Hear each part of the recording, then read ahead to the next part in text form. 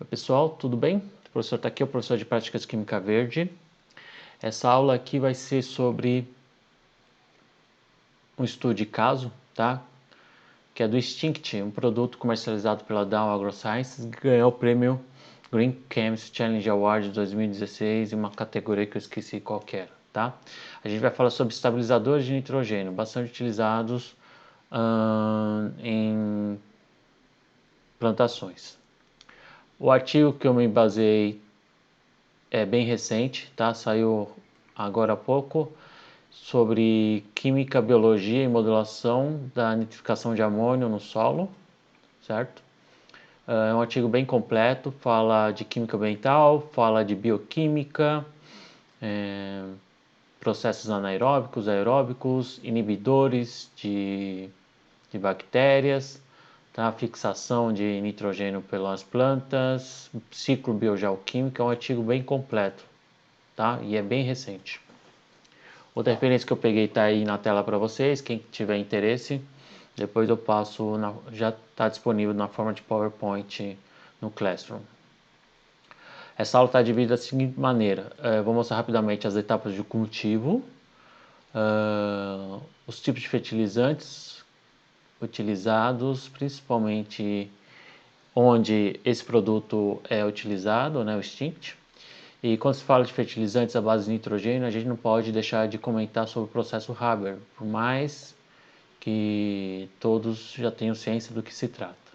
Problemas do uso dos fertilizantes, então aqui é o principal problema existente dos fertilizantes que o produto Extinct promete solucionar, tá? Que é principalmente diminuir o grande impacto humano no ciclo biogeoquímico do nitrogênio. Bem, as etapas de cultivo são bem simples, né? Então você precisa primeiro aerar a terra, certo? Fornecer, deixar a terra bem fofa para ter bastante ar dentro do solo. Depois você precisa semear esse solo. Deixa o rapazinho passar aí. Depois a gente precisa, nessa terceira etapa, à medida que o cultivo vai crescendo, é a etapa que você pode adicionar fertilizantes, adubos, né? Para que o crescimento seja o melhor possível. E nessa etapa a gente tem já a formação de rizomas, que são esses grânulos que vivem em simbiose com alguns tipos de plantas, que fornecem, que auxiliam na fixação de nitrogênio do solo para a planta. E de maneira simbiótica, a planta fornece nutrientes para a bactéria poder crescer e trabalhar de forma em que a bactéria forneça nitrogênio para a planta. Depois dessa etapa de adubação ou fertilização, a gente tem a irrigação, que aí a gente principalmente tem que esperar o cultivo crescer. Depois a gente tem, dependendo do tipo de cultura, a gente precisa proteger. E no final a gente faz a colheita, certo? Esse estudo de caso está relacionado principalmente a essa parte em que você adiciona os nutrientes no solo, né, para a planta poder crescer da melhor maneira possível, seja na adição de fertilizantes ou de adubo, tá? Quais são os principais tipos de fertilizantes? Na América do Norte e nos países mais frios, utiliza-se muito amônia anidra, nitrato de amônio e ureia como fertilizantes, tá? Porque as fontes de nitrogênio são bastante importantes, pois elas fornecem nitrogênio para que a planta consiga produzir bases nitrogenadas, que são as bases nitrogenadas que a gente conhece, que fazem parte do código genético, né? Fazem parte, nitrogênio também está presente em moléculas bastante importantes, como clorofila, aminoácidos, proteínas e assim vai. Aqui tem algumas fotos que eu não sei se estão tem direitos de uso, mas vou passar rapidamente aqui. Aqui é um recipiente de amônia anidra, né, que está sendo injetado no solo. Aqui é uma mistura de ureia com nitrato de amônio, 32%. Essa mistura é uma mistura que você pode administrar na forma líquida, né, em solução. E aí você usa esse dispersor, né, e aí você aplica uma mistura de ureia com nitrato de amônio no solo. E essa outra foto aqui são fazendeiros jogando ureia como nutriente para o solo. Tá? A amônia a gente está muito atrelado ao processo Haber-Bosch. O processo Haber-Bosch pode ser representado por essa equação, então você precisa de nitrogênio do ar, né? Você pega nitrogênio do ar, hidrogênio gasoso para formar a amônia, certo? Só falando um pouco, comentando um pouco de química aqui, lembrando alguns conceitos de química nessa parte do processo Haber-Bosch, essa síntese de amônia é uma síntese em que há uma liberação de calor, né? Um processo exotérmico, e a constante de equilíbrio nessa temperatura é bastante deslocada na direção da amônia, certo? Só que esse equilíbrio, ele sem a presença do catalisador, ele é muito lento para ser atingido. Então é necessária a adição de catalisadores e esses catalisadores requerem altas temperaturas para que a reação atinja o equilíbrio da forma mais rápida possível, tá?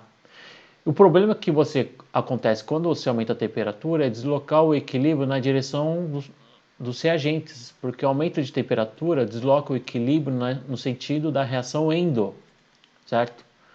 Já que a reação direta é a reação exo, a reação reversa é a reação endo. Então, por um lado, ele é bom do ponto de vista cinético, no ponto de vista termodinâmico ele é ruim porque você diminui a constante de equilíbrio. Certo? A constante de equilíbrio vai diminuindo à medida que você vai aumentando a temperatura, porque você está deslocando o equilíbrio para a direção dos reagentes e você tem maior quantidade de nitrogênio e hidrogênio no equilíbrio.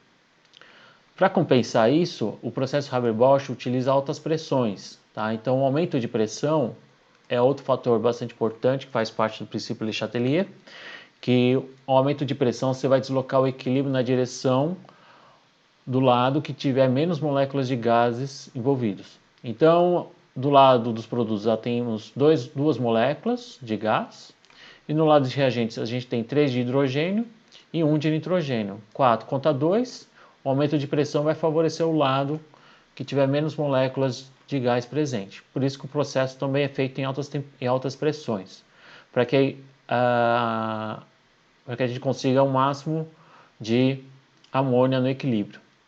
Tá? Essa tabela também mostra as porcentagens de amônia no equilíbrio em diferentes pressões e em diferentes temperaturas. Tá? Se não me engano, o processo Haber é feito em torno de 500 graus Celsius, que está mais ou menos nessa faixa aqui. Então, o aumento de pressão, perceba que o aumento de pressão você consegue ter uma porcentagem maior do produto no equilíbrio.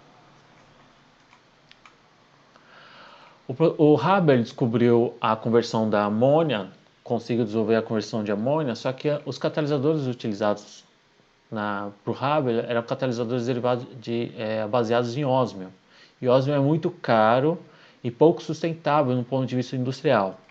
Então Bosch e outros pesquisadores descobriram que o óxido de ferro, por ter uma similaridade em relação ao ósmio, também era eficiente. E aí foi usado o óxido de ferro como catalisador no processo Haber, tornando mais sustentável o processo e permitindo a síntese em grande escala.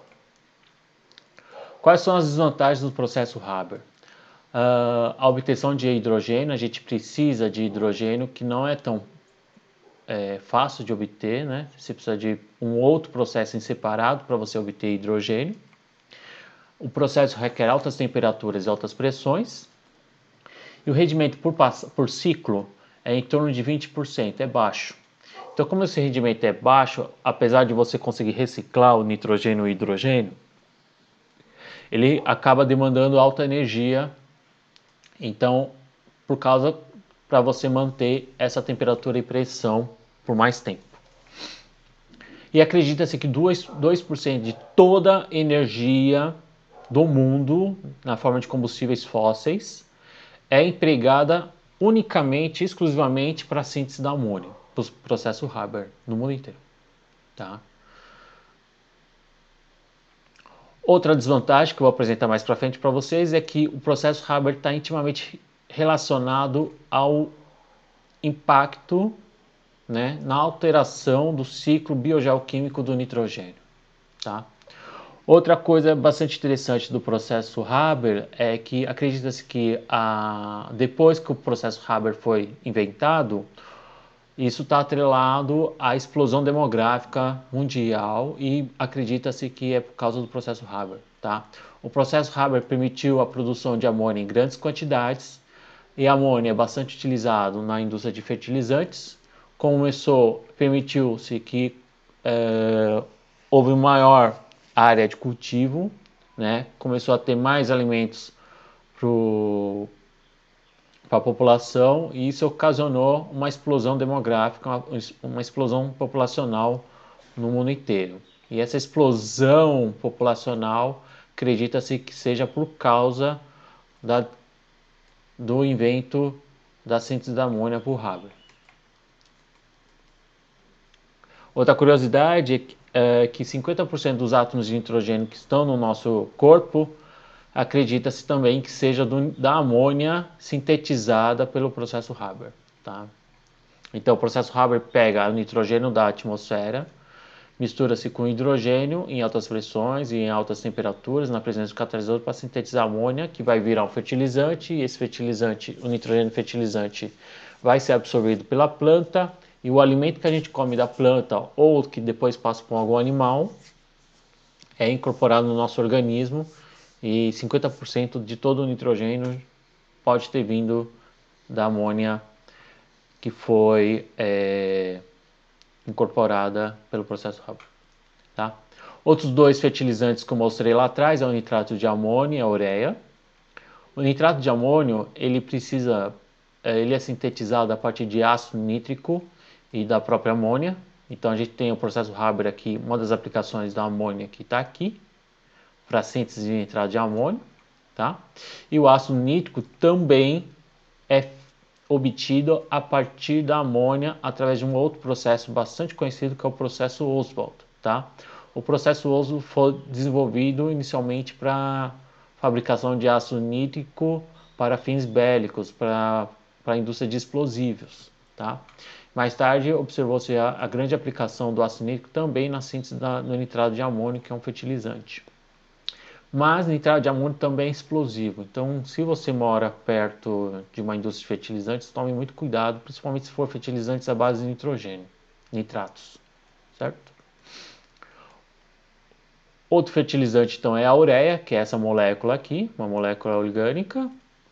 Ela é feita também a partir da amônia, que vem do processo Haber, e de CO2, tá? CO2, a gente tem várias fontes de CO2, mas as plantas de síntese de ureia são plantas que estão localizadas próximas às plantas de processos de síntese de amônia. Tá? Por quê? Porque na amônia a gente precisa de hidrogênio e um dos subprodutos da síntese do hidrogênio é o gás carbônico. E esse gás carbônico obtido da obtenção do hidrogênio é aproveitado junto com a amônia para sintetizar a ureia. Certo? Qual que é o problema, então, uma vez que a gente já apresentou toda a química dos fertilizantes? A gente viu que há um gasto energético bastante elevado para você sintetizar a amônia e outro processo que demanda temperatura, pressão, né, energia, para sintetizar os outros dois tipos de fertilizantes, a ureia e o nitrato de amônio.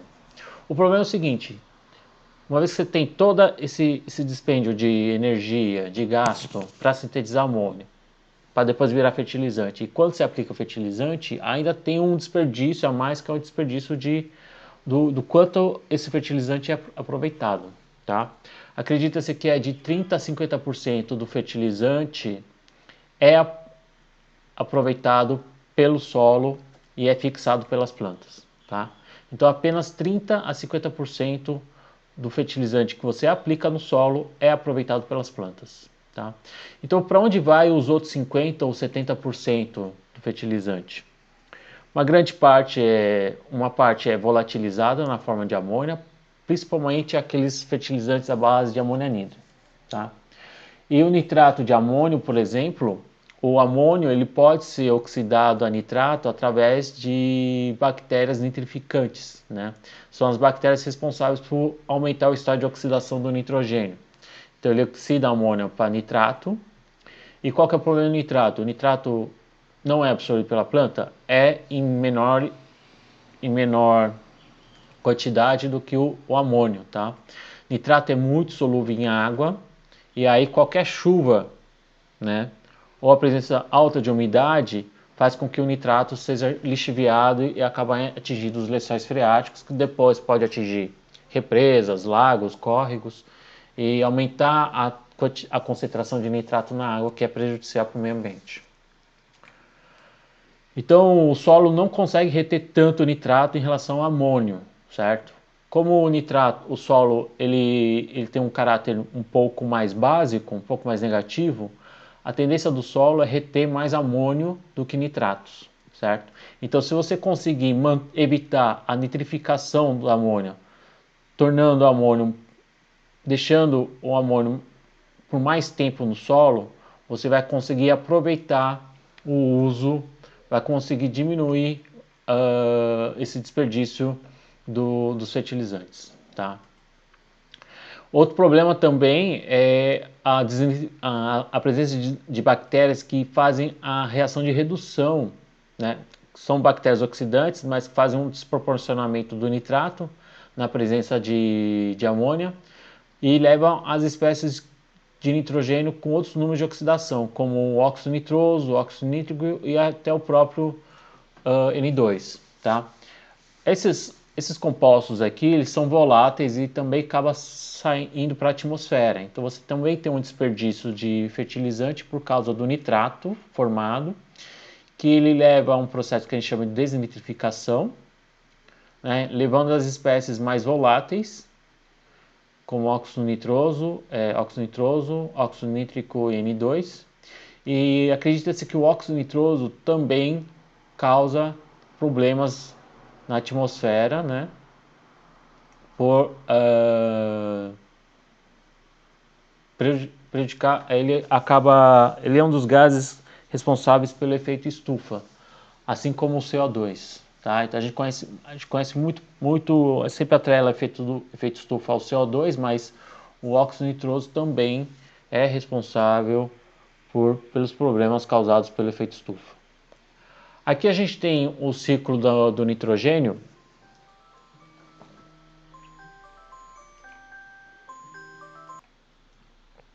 Aqui a gente tem um ciclo resumido do biogeoquímico do nitrogênio, certo? Mostrando as espécies que o nitrogênio pode formar na atmosfera, no solo e nas águas, tá? Então o nitrogênio ele pode ser fixado pelo solo para transformar em amônia. A amônia pode ser oxidado por processo de nitrificação a nitrito ou a nitrato. Esse nitrato então pode ser lavado, lixiviado, indo para a água. E a desnitrificação, através de reações de desproporcionamento, você pode levar à formação de NO, N2O e o próprio N2 que volta para o ciclo, tá? Existem bactérias chamadas Anamox. Anamox é uma abreviação de Anaerobic Ammonium Oxidation, certo? É tipo uma oxidação na ausência de oxigênio da amônia, envolvendo a amônia, né? Você usa amônia e NO2 para converter em N2 e essas outras espécies e que acabam participando no ciclo do nitrogênio, tá? Qual que é o impacto do processo Haber? O processo Haber, você acaba gerando uma grande quantidade de NH3 no mundo e esse NH3 muitas vezes não é aproveitado, então você tem um aumento da quantidade de nitrato na água, uma liberação excessiva de N2O na atmosfera, ok? E aí vem o produto em si, o Stinct. O Stinct, a tecnologia dele promete que os fertilizantes à base de nitrogênio trabalhem de forma mais efetiva, né? Por mais que existem melhoria genética das culturas de vários tipos de plantas, né? E os métodos de aplicação de fertilizantes, de adubos, por mais que melhorar a eficiência dos fertilizantes, ainda existem as perdas, né? Que eu já mostrei lá atrás, por vários caminhos, tá? Seja na forma de ureia, na forma de nitratos ou na amônia anidra, certo? A gente sabe que na forma de nitratos o fertilizante é mais suscetível a perdas de lixiviação, ou seja, qualquer chuva ou aumento da umidade, você pode escoar esse nitrato para os lençóis freáticos, tá? Ou eles podem ser desnitrificados e levar uma forma gasosa, que é o óxido nitroso, o N2O.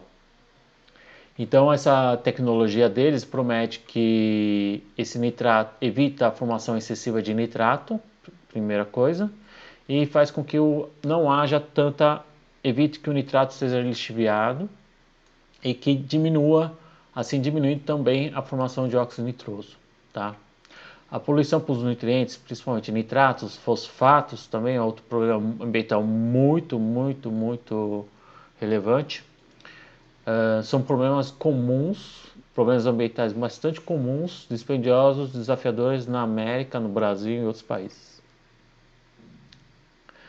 Como que funciona esse produto? Ele retém por mais tempo a amônia, ele evita que a amônia seja nitrificada a nitrato, né? Ele consegue manter a amônia no solo por mais tempo para que as raízes consigam absorver, fixar esse nitrogênio da forma de amônia indo para a planta, né?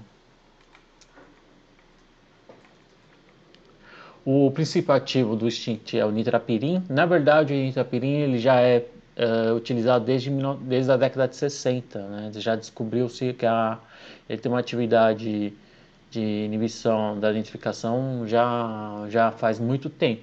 Né? Tanto é que o primeiro produto, vou mostrar mais para vocês, é um produto mais antigo.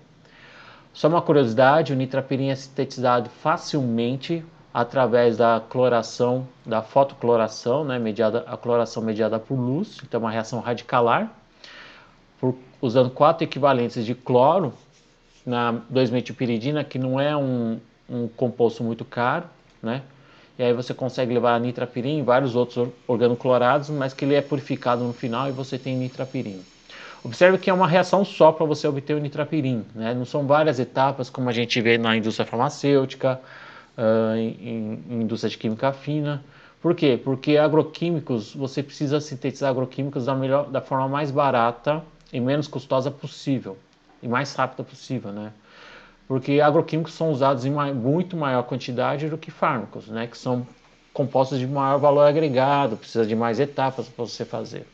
Então, quem for trabalhar na área agroquímica tem que levar isso em consideração, que o agroquímico, né, o princípio ativo do agroquímico tem que ser feito de uma forma barata e de uma forma que não exija tantas etapas sintéticas, né, que seja relativamente fácil de fazer, tá?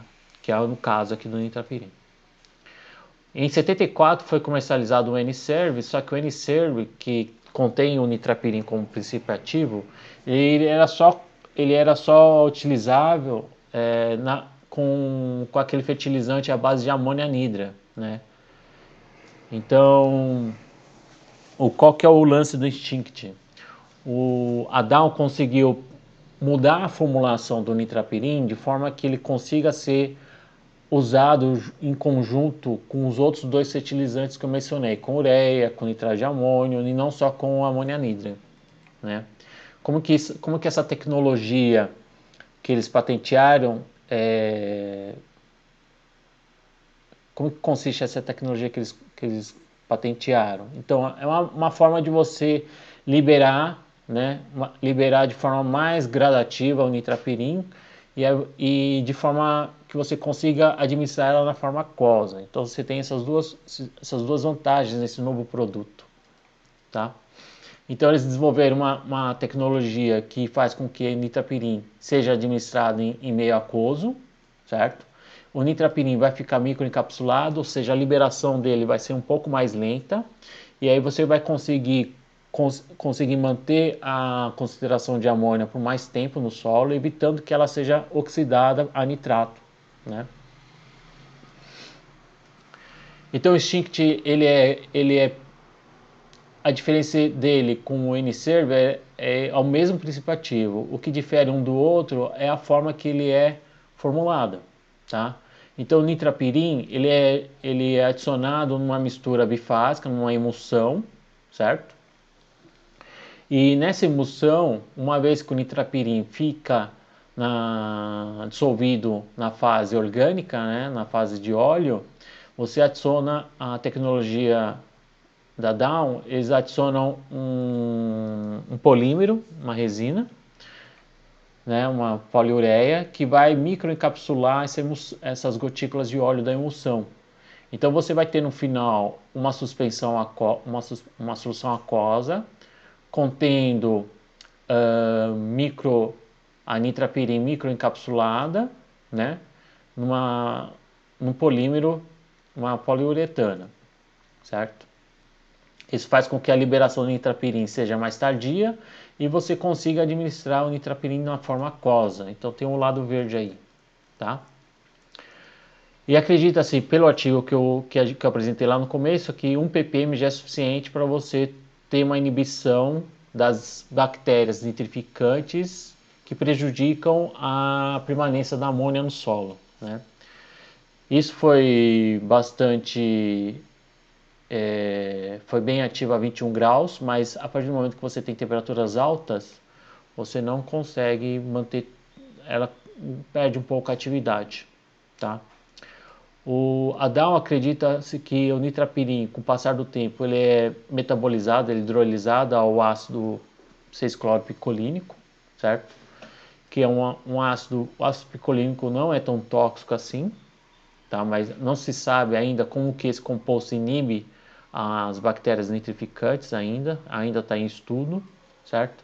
E não se sabe realmente se ele vai por esse caminho, tá? Vou mostrar o motivo. Outro estabilizador de nitrogênio utilizado, empregado no solo, esse aqui é uma outra molécula, 3,4-dimetilpirazol fosfato. Esse aqui já é a concorrente, esse aqui é desenvolvido pela BASF, tá? Que seria o estabilizador de nitrogênio da BASF. O que tem de recente sobre o nitrapirim, sobre esses compostos aí?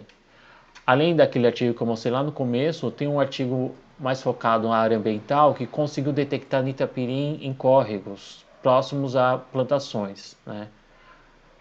E isso já serve como um alerta, que eles não conseguiram detectar aquele ácido picolínico, o produto de hidrólise, oxidação, mas eles só conseguiram detectar nitrapirim. Então parece que o nitrapirim ele persiste um pouco no ambiente, que não é um bom sinal, né? E eles conseguiram detectar nitrapirim em várias águas de córregos, e não só o nitrapirim, eles detectaram alguns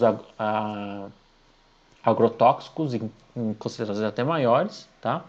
E o nitrapirim, no caso, eles detectaram na faixa de 12 a 240 nanogramas por litro, tá? E aí vem uma discussão bastante interessante que eu gosto de colocar para vocês, que essa concentração, fala, professor, é impossível preparar uma solução dessas, né? 12 nanogramas por litro. É muito pouco, você não consegue pesar isso na balança, né? Mas as técnicas analíticas estão cada vez mais sensíveis. Então, antigamente você conseguia detectar microgramas no máximo, né? Hoje em dia a gente já tem tecnologia para detectar quantidades, na escala de nanogramas por litro. É pouco? Eu não considero isso como pouco, tá, pessoal? Se vocês converterem em número de moléculas por litro, convertendo isso em mol e depois usando o número de Avogadro, vocês vão ter uma quantidade de moléculas gigante para 1 miligrama por litro. Tudo bem, certo? Olha quantos zeros aqui. Mas se você usar essa escala que eles estão conseguindo detectar, você perde uns 4, 5 zeros, tá? Mas a quantidade de moléculas desse composto ainda é alta. E a gente não sabe o que isso vai causar no organismo de animais que vivem nas águas, nos animais superiores, no homem. A gente não sabe se isso vai virar um disruptor endócrino, então tem que tomar cuidado. E esse aqui está sinalizando que o nitrapirim persiste no ambiente. E a gente precisa ver outros trabalhos que comprovem que isso está acontecendo.